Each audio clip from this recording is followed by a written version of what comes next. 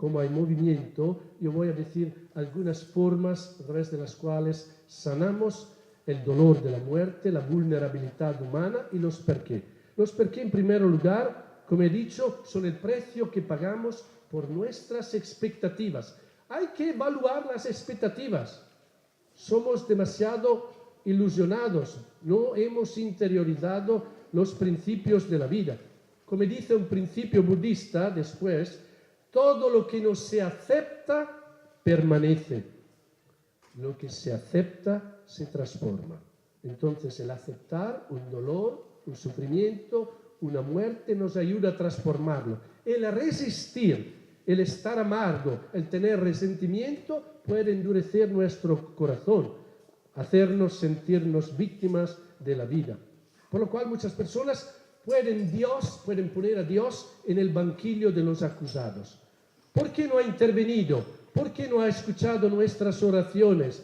¿Por qué Dios no manda el cáncer a las prostitutas o los traficantes de droga? No a mí, yo soy una brava persona, yo tengo una familia. Expectativas. Hay que recordarnos que todo en la vida puede cambiar color. El cielo es igual para todos, pero la perspectiva de ver el cielo cambia según nuestros horizontes. Y hay que recordarnos que el sol, como la vida, nos puede calentar y nos puede quemar.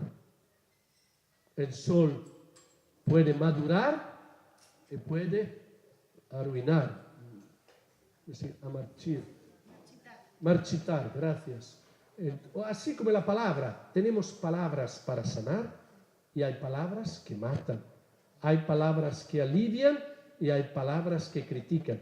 Depende de lo que hacemos con las cosas en la vida, con los sentimientos, con las experiencias, si se transforman en daño o en crecimiento, si nos sanan o nos matan. No es el dolor en sí que nos mata, es lo que hacemos con el dolor. Yo decía esta mañana a un grupo de personas que hace 2 meses fue a hablar con un grupo de madres que habían perdido hijos, la mayoría de accidentes de carretera, de enfermedad, algunos de suicidio.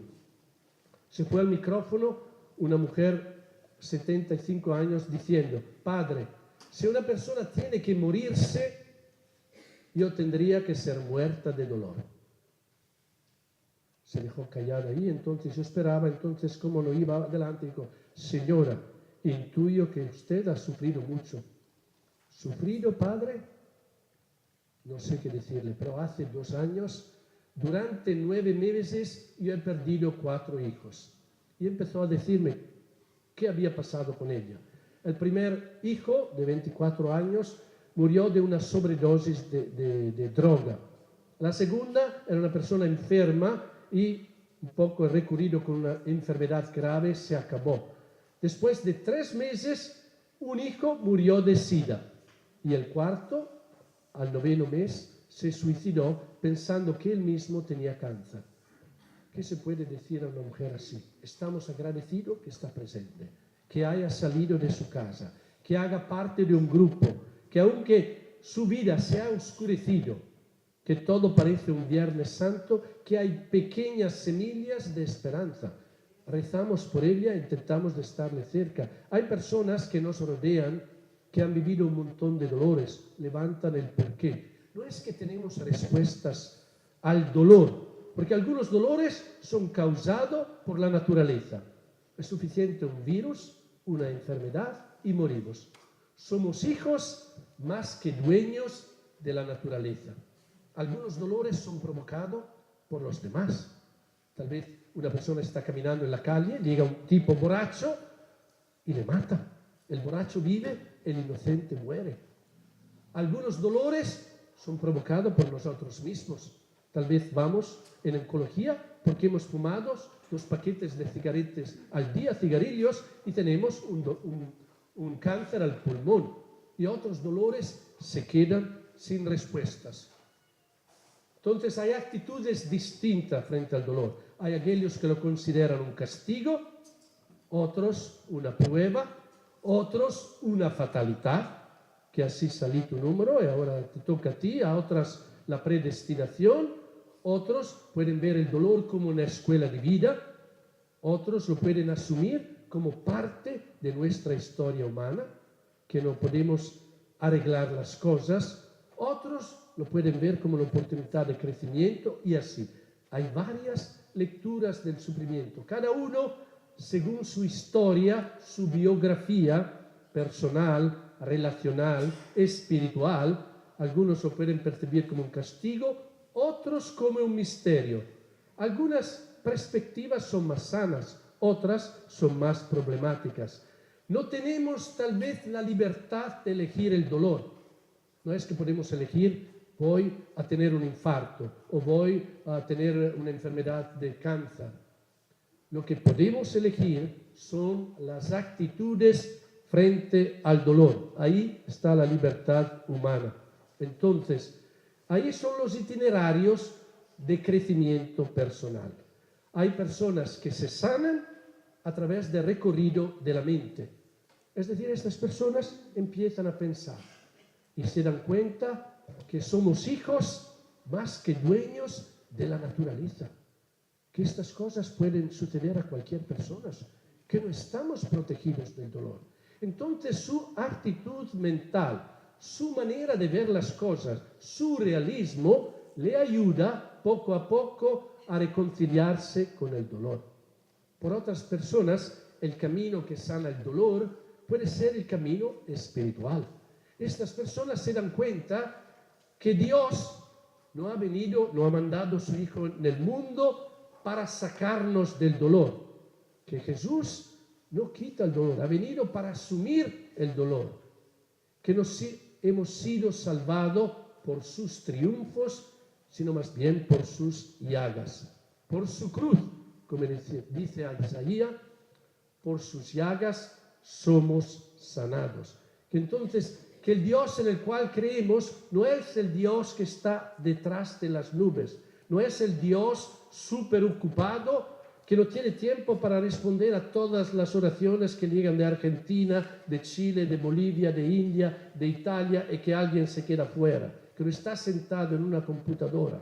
Entonces no es el Dios que ha detenido un milagro, es el Dios de la encarnación, de la cercanía, es el Dios de la cruz, que en Jesús ha sufrido, aunque la persona justa, 33 años, había hecho solo bien, pero murió para nosotros. En su cruz ha sido en medio de la salvación. Pero nuestra historia no se acaba con la cruz, no se acaba con el dolor. Hay personas que en el dolor piensan, estaré infeliz para siempre. No, no estarás infeliz para siempre. Ahora sí estás infeliz. Tienes que vivir en las tinieblas. Tienes que aceptar que los días de nube, las semanas, los meses estarán allí. Pero no estarás siempre nubles. Detrás de las nubes hay el sol.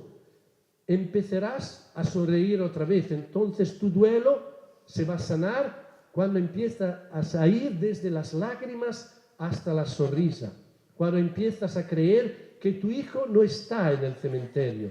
Tu hijo está dentro de ti, con los valores, las inspiraciones que te ha inculcado. Que Dios no está lejos de ti, que cuando tú llores, Dios está sufriendo contigo, que está cercano con nosotros. Entonces, por algunas personas, el camino espiritual le ayuda a recuperar la esperanza. Y por otras personas, el camino que lo va a sanar es el camino del corazón. Es no quedarse aislado en el mundo. La capacidad afectiva que antes había canalizado hacia el ser querido, ahora la tienen que compartir con una familia más grande.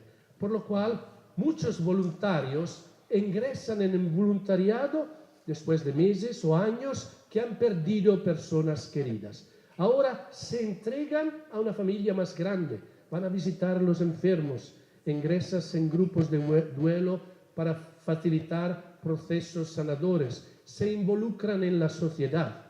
Esto es transformar el dolor en cercanía, en amor hacia los demás. Por lo cual el deseo y la esperanza que os ofrezco para concluir es que el Señor nos ilumine, nos mantenga abierto, consciente que en todos los recorridos de la vida vamos a tener sufrimientos, tal vez físicos, tal vez mentales, espirituales.